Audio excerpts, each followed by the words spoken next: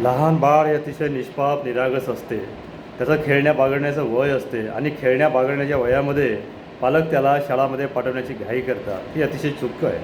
आणि हाच धागा घेऊन केंद्र सरकारने अलीकडे एका सुनावणीमध्ये असं व्यक्त केलं की पालकांनी ती घाई करू नये. किमान 2 वर्षाच्या अगोदर तर शाळामध्ये मुलांना पाठवूच नये.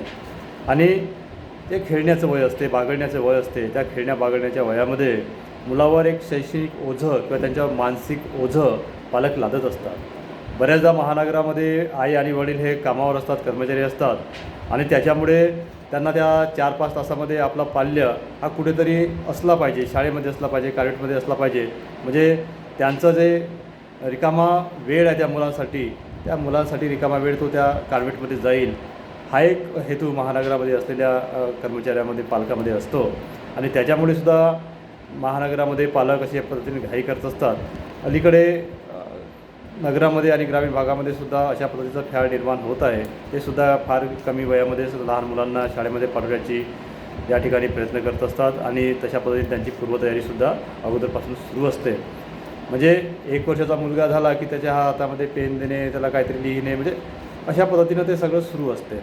मात्र हे असे करत असताना पालक त्या मुलाकडून अवाजवी अपेक्षा व्यक्त करत असतात. आपला मुलगा लवकर शाळेत गेला पाहिजे, त्याला इंग्रजी फाळफाळ आलं पाहिजे, बाकीच्या गोष्टी आल्या पाहिजे.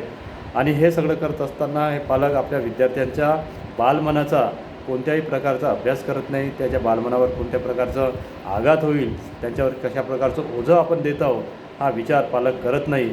आणि त्याच्यामुळे बऱ्याचदा त्या पालकावर खूप मोठं आघात होत असतं, मानसिक आघात होत असतो आणि त्याच्यामुळे त्यांचं बालपण हरवण्याची या ठिकाणी शक्यता नाकारता येत नाही.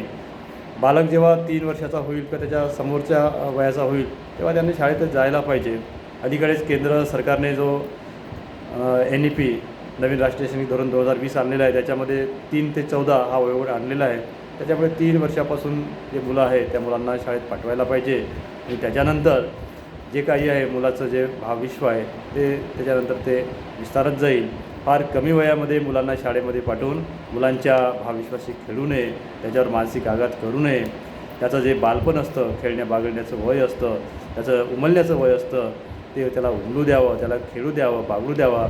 त्याच्यावर शिक्षणाचं किंवा शाळेत जाण्याचं एक ओझं निर्माण करू नये, अशी मला या ठिकाणी पालकांना कळकळीची विनंती करावीशी वाटते. धन्यवाद.